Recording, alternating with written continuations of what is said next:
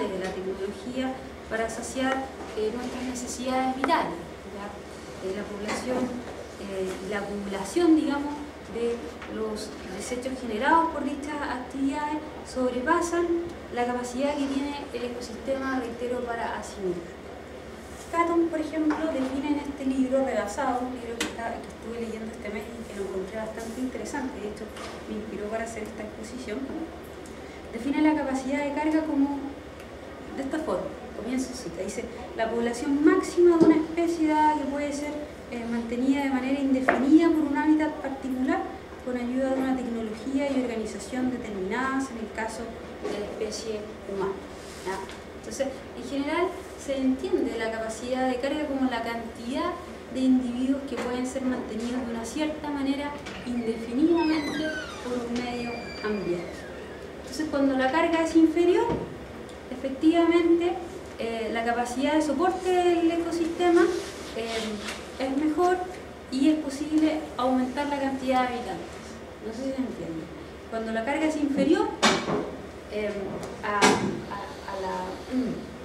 la capacidad también de soporte que tiene en general el sistema, entonces en ese sentido se puede aumentar la cantidad de habitantes sin dañar el medio.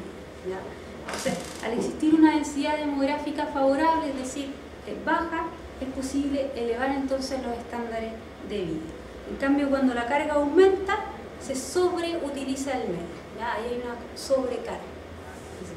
Entonces, por eso es que se torna relevante la cautela que se ha de tener relativa al equilibrio en la adecuación entre el aumento de individuos que se podrían mantener indefinidamente en un determinado medio ambiente y el aumento de ellos que generaría a la larga un daño ambiental.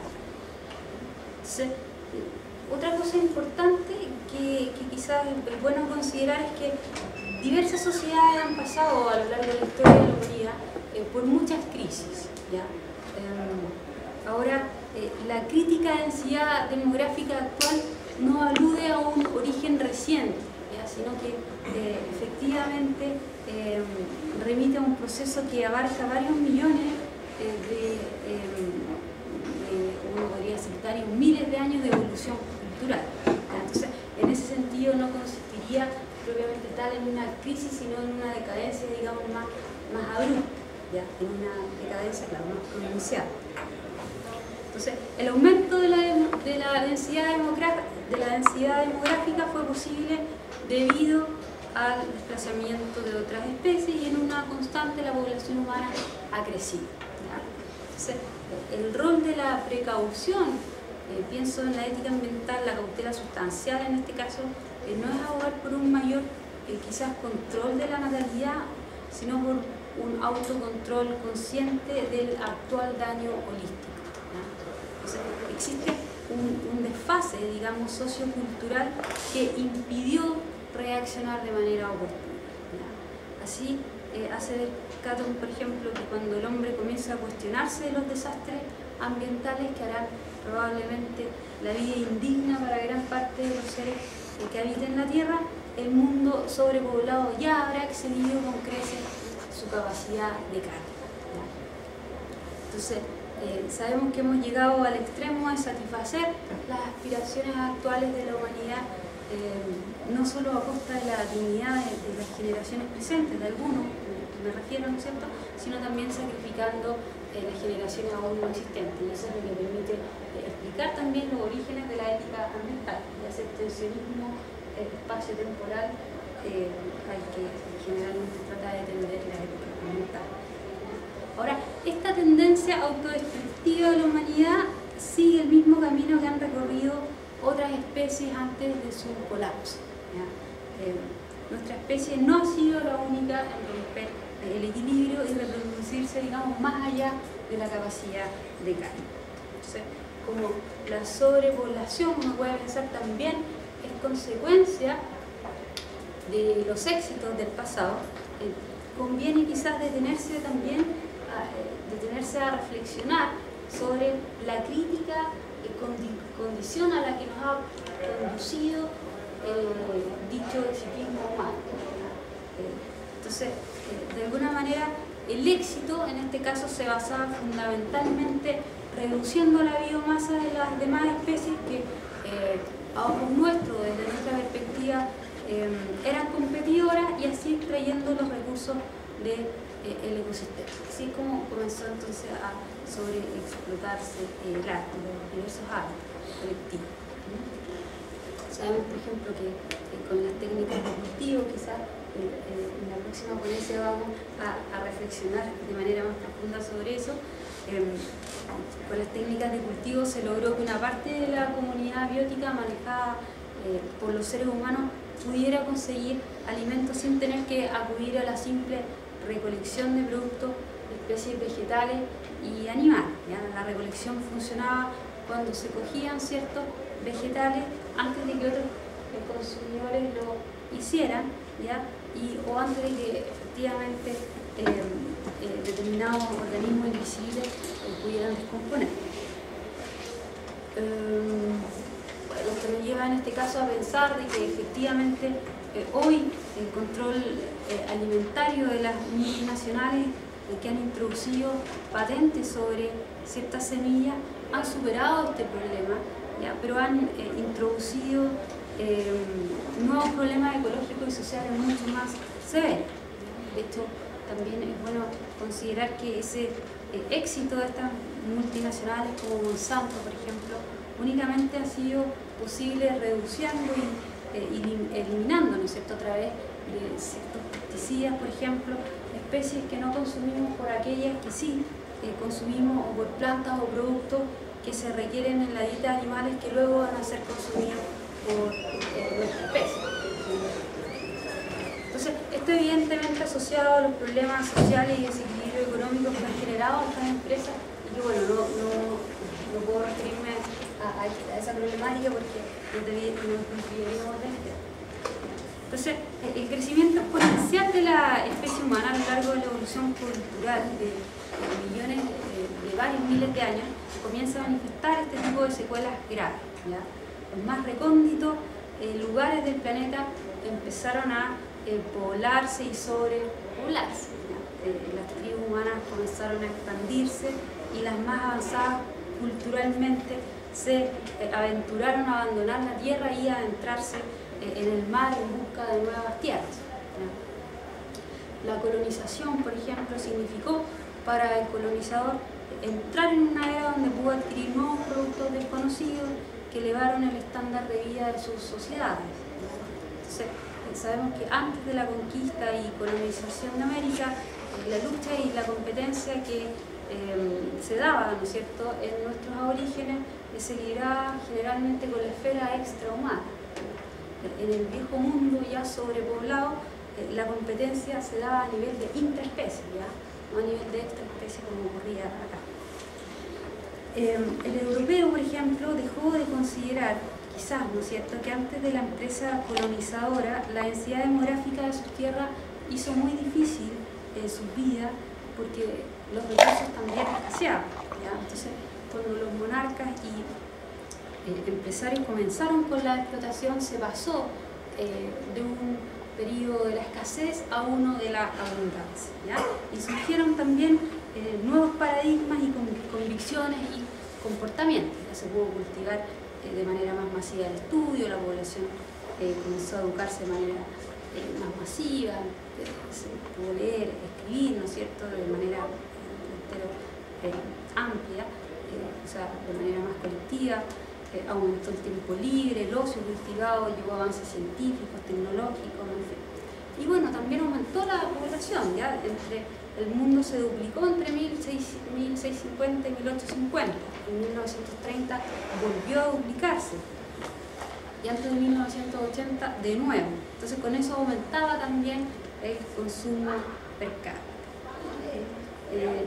En general, el hombre civilizado se acostumbra a una abundancia que había sido desconocida por sus antepasados, ¿ya? Como las sociedades civilizadas, democráticas, habían adquirido un estándar de vida, ya que luego evidentemente no pudieron renunciar, entonces quisieron institucionalizar eso, ¿ya?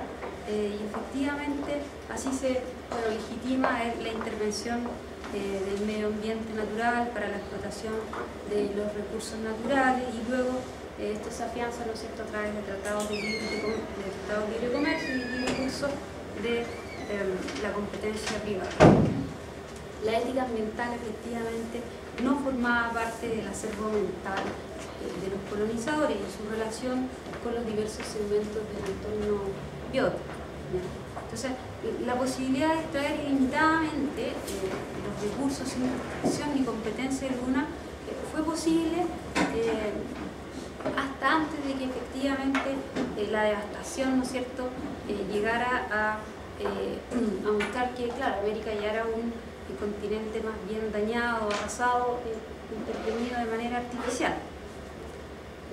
Si pensamos también, no solo en el descubrimiento de América, sino luego las colonias en África y Asia, hicieron que disminuyera la sensación de presión en Europa sobrepoblada. Entonces, en América existían efectivamente abundantes tierras donde instalar los mercados europeos, ¿no? En Estados Unidos y en Europa, en general, se realzaba esa libertad como cualidades intrínsecas de sus sociedades, asociándolas a ciertas instituciones y mentalidades sin asociar muchas veces que dichos cambios y posibilidades habían surgido gracias a una reducción de la presión demográfica, de la sobrecarga, digamos, del sistema.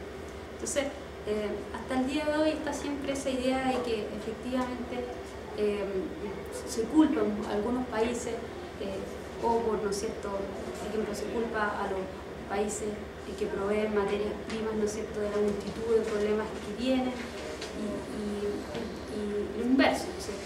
Entonces, quizás es sensato también, y también sería sesgado, responsabilizar, por ejemplo, únicamente a las naciones del éxito mal desarrollado como las causantes de los males ecológicos actuales.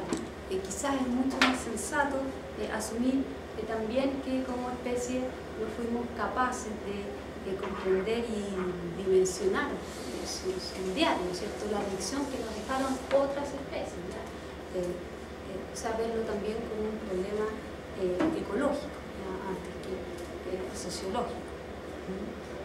Quizás para ir finalizando, para finalizar, sería bueno también considerar que, bueno, sabemos los recursos humanos, los recursos naturales, perdón, son finitos, la armonía y los ecosistemas se destabilizan, eso es una verdad, ¿no es cierto?, aun cuando se anhele vivir bajo un modelo que en sí lo quiera negar. Lo trágico también de los desastres ambientales es que tuvieron que llegar para poder concebir la Tierra como una unidad, ¿no? El equilibrio holístico, en ese sentido, en un continente no es algo estático, no es algo que permanezca en una constante, ¿ya?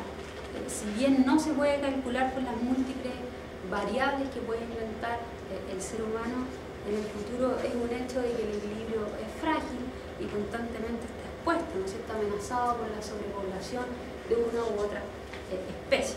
Entonces, mientras en la biodiversidad no aparezca ninguna especie dominante que rompa o altere sustancialmente el equilibrio existente entre las otras, la baja densidad demográfica no tendría que incidir negativamente en la concreción de ciertas comodidades y el logro respectivo del bienestar humano, ¿ya? Recién ahora hay una tendencia a asumir una visión mucho más pesimista, pero también a la vez mucho más realista, ¿ya? El estrés ecológico, digamos, de habernos sobrepasado como especie por un largo periodo de tiempo comienza a evidenciarse cada vez más y a aparecer así bajo otras caretas, bajo otras máscaras, ¿no es cierto? Así la escasez se traduce en inflación, el agotamiento de recursos naturales aparece como un problema político a través del desempleo, que se manifiesta a su vez en migraciones del campo a la urbe, o el estrés ecológico se traduce en tensiones políticas y restricción de movimientos migratorios, que para unas naciones son voluntarias, saben que para otras son forzadas, en fin. En cualquier en cualquiera de sus formas, los sistemas sociales y las naciones poderosas han basado en modelos extractivos cuyo modo operandi se sostiene en la idea de un mundo con recursos limitados, ¿ya? Y lo que se ha comprobado tras estas diversas reuniones, ¿no es cierto?, en Río, encuentros, en Kioto, en fin, es que no existe voluntad de gran parte de los países para cooperar y trabajar sin descanso hacia el decrecimiento de una sociedad posabundante. Entonces, las naciones más pobres comienzan a darse cuenta que jamás alcanzarán el estándar de vida de las sociedades del desarrollo exitista, y las más ricas comienzan a caer en la cuenta que difícilmente pueden mantener su estándar de vida en un mundo que cada vez se torna más pobre, que empobrece y se denigra aceleradamente. Entonces, poco a poco, digamos, los países subdesarrollados nos vamos hundiendo, digamos, lentamente en el pantano de un medio ambiente dañado, y mientras más salimos, mientras más intentamos salir, me imagino así como un fango, así mientras más se intente salir de esa condición, esforzándonos, digamos, en alcanzar el exitista mal desarrollo del que gozaron por un par de centurias las naciones industrializadas, más nos sumergimos en los extensos, digamos, interminables suburbios densamente poblados, sobrepoblados. Sumidas, digamos, las naciones en una pobreza sin salida, estamos ahí en esas laberínticas, formando parte de esas laberínticas urbes que evidentemente en algún momento van a declinar su perspectiva y van a volver su encono contra sí. Y por otro lado, las sociedades más favorecidas, como sea, van a seguir intentando continuar, digamos, extrayendo, incluso bélicamente, los escasos frutos que vayan quedando en la tierra. Esa es un poco mi reflexión en torno a la precaución o no precaución que ha existido en torno a esta problemática. Y lo que quise asociar, o sea, dimensionar realmente la importancia de este problema con la ética ambiental, porque siempre está la pregunta de ¿es factible una ética ambiental con 7.000, con 10.000 millones de personas? ¿Cómo su aplicación? Eso estoy hablando. Entonces eso ahí un poco vuelta. Gracias.